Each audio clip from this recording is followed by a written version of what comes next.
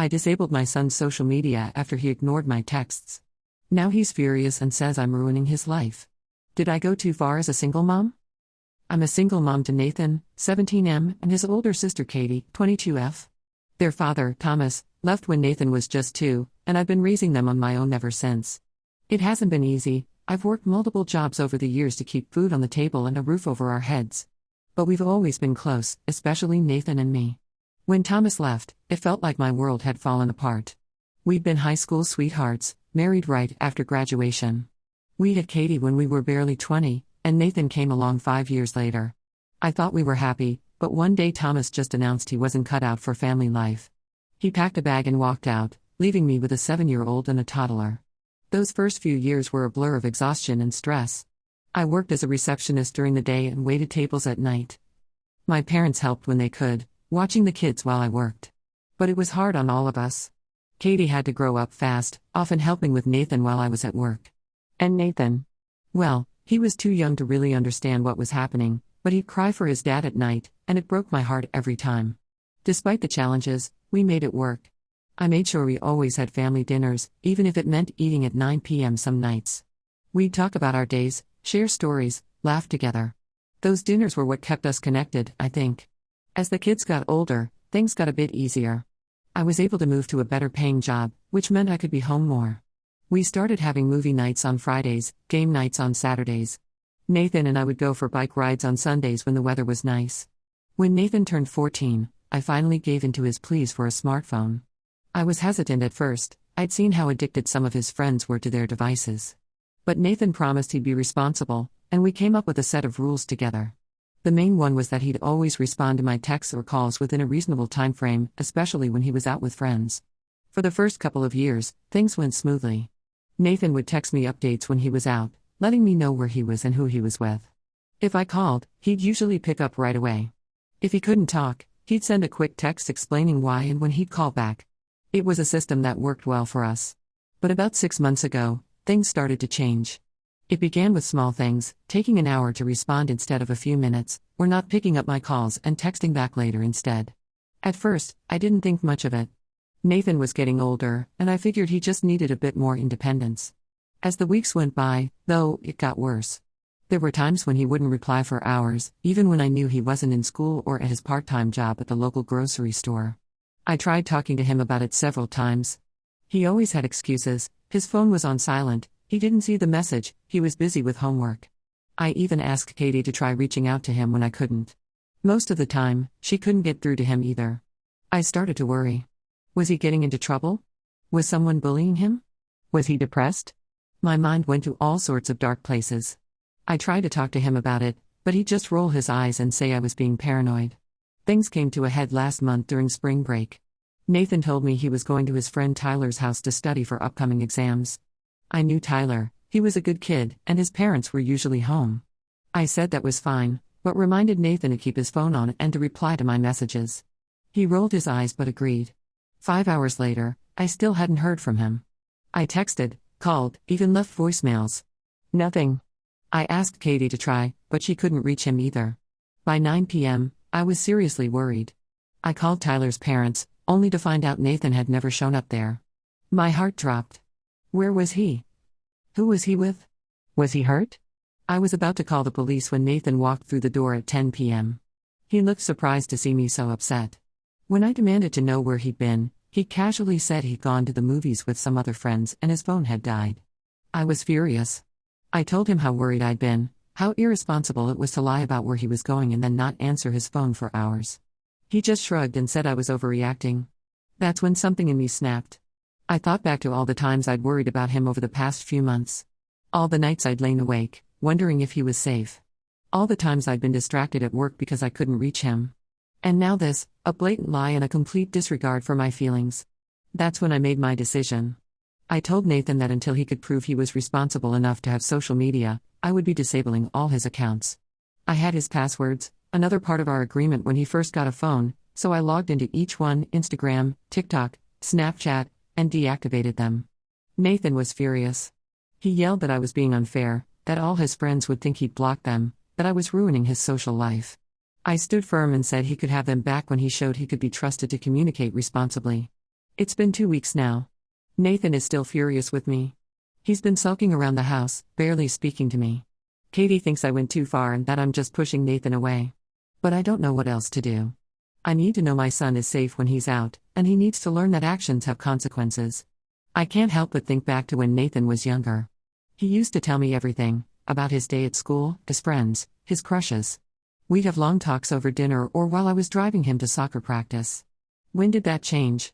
When did he start shutting me out? I remember when he was 10, and he broke his arm falling out of the treehouse in our backyard. He was more worried about me being upset than about his arm. I held him in the ER while they set his bone, and he kept apologizing for scaring me. That's the kind of kid he was, always thinking of others, always wanting to make sure I wasn't worried. Now, it feels like he doesn't care at all about how his actions affect me. Is this just normal teenage behavior? Am I overreacting because of my own fears and insecurities? Part of me wonders if I'm being too hard on him. After all, he's almost an adult. Maybe I should be giving him more freedom. But then I remember all the terrible things that can happen to teenagers, all the stories I've heard on the news, and I'm right back to worrying. I know I can't protect him forever. In just over a year, he'll be off to college, living on his own. But right now, while he's still under my roof, I need to know he's safe. Is that really too much to ask? Am I the asshole for taking such drastic measures? Or am I just being a responsible parent? Edit. Thank you all for your responses. I want to provide some more context about our situation. As I mentioned, Nathan's father isn't in the picture. He left when Nathan was just 2 years old, and we haven't heard from him since. The last I heard, he'd moved to another state. For a while after he left, I struggled with depression. It was hard, suddenly being a single parent to a toddler and a 7-year-old. But I knew I had to pull myself together for my kids. I worked 2 jobs, as a receptionist during the day and waitressing at night. My parents helped out when they could, watching the kids while I worked. But it was exhausting. There were nights when I'd come home, check on the sleeping kids, and just cry from the stress of it all. I remember one particularly bad night when Nathan was about 4. He'd had a terrible fever, and I'd had to leave him with my mom to go to work. I was so worried about him all day, I could barely focus. When I got home, he was still burning up. I spent the whole night sitting by his bed, cooling his forehead with a damp cloth, terrified that I'd have to take him to the hospital. By morning, his fever had broken, but I was a wreck. I called in sick to both jobs and spent the day cuddling with him on the couch, watching cartoons. That's the thing, I've always been there for my kids, no matter what. Even when it meant sacrificing sleep, or risking my job, or putting my own needs last. And for the most part, they've appreciated it.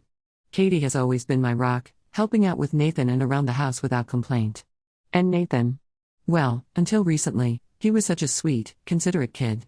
I remember when he was in middle school, he saved up his allowance for months to buy me a necklace for Mother's Day. It wasn't anything fancy, just a simple silver heart on a chain. But he was so proud when he gave it to me, telling me that he picked it because your heart is big enough for both of us, Mom. I still wear that necklace every day. That's partly why Nathan's recent behavior is so concerning to me. Up until about a year ago, he was always open with me about where he was going and who he was with. We still had those family dinners every night where we'd talk about our days. Now, he's constantly out with friends I've never met, and when he is home, he's locked in his room. I've tried to talk to him about what's going on, but he just says everything's fine and I'm being paranoid. I've even reached out to his teachers to see if they've noticed any changes in his behavior at school. They say he's still getting good grades, but he's become more withdrawn in class. Some of you have suggested that I'm being too controlling.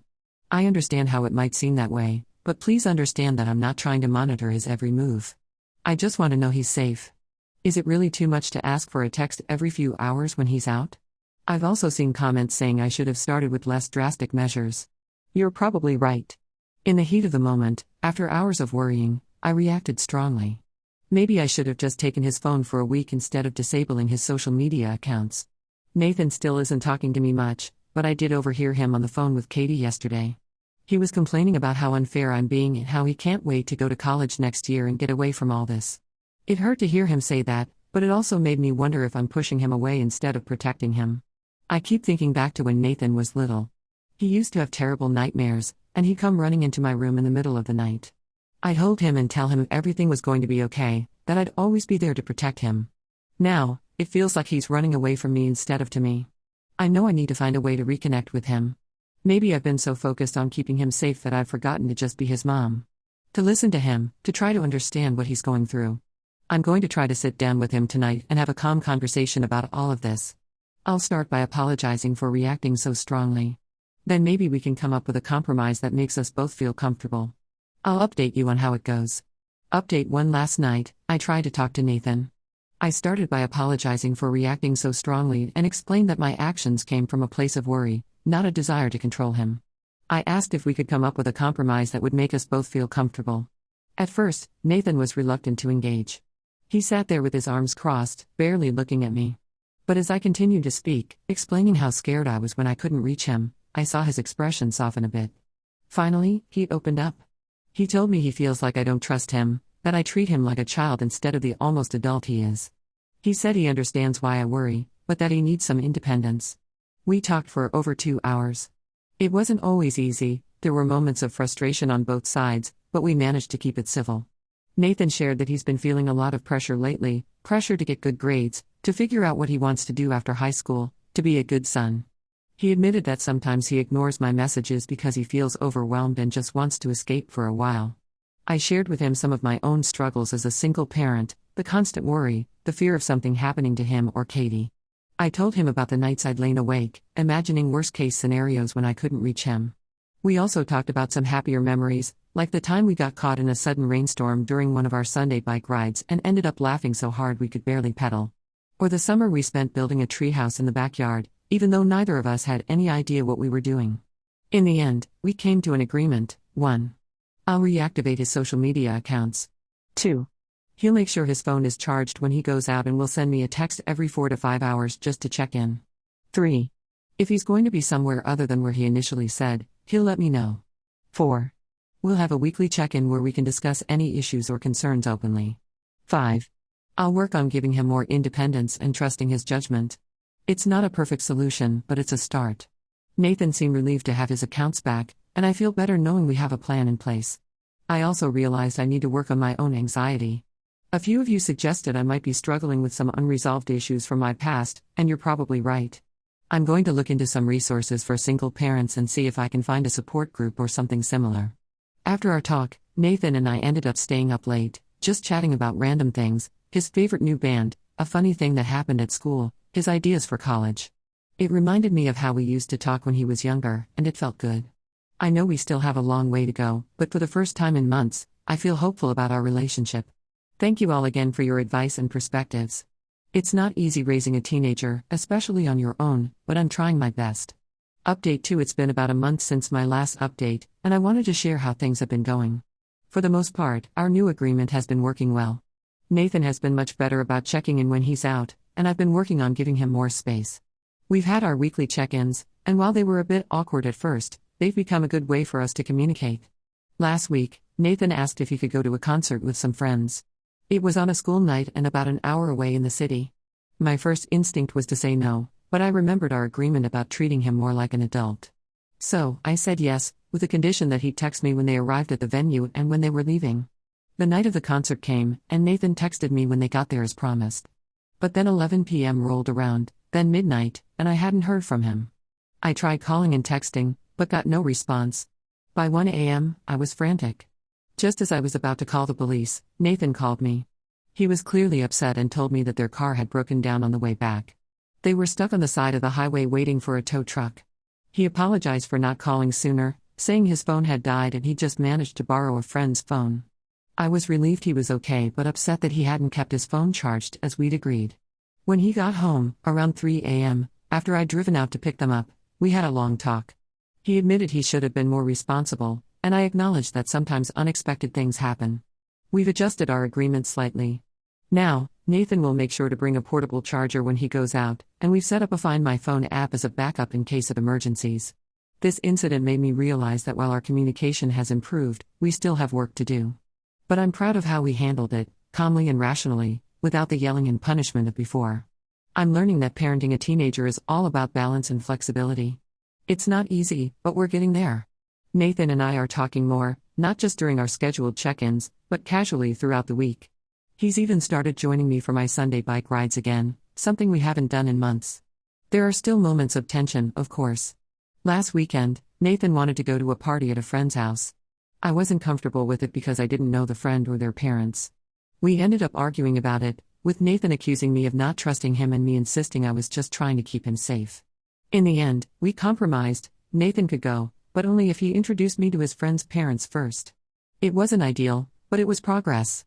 A month ago, I might have just said no outright, and Nathan might have snuck out anyway. Instead, we found a middle ground.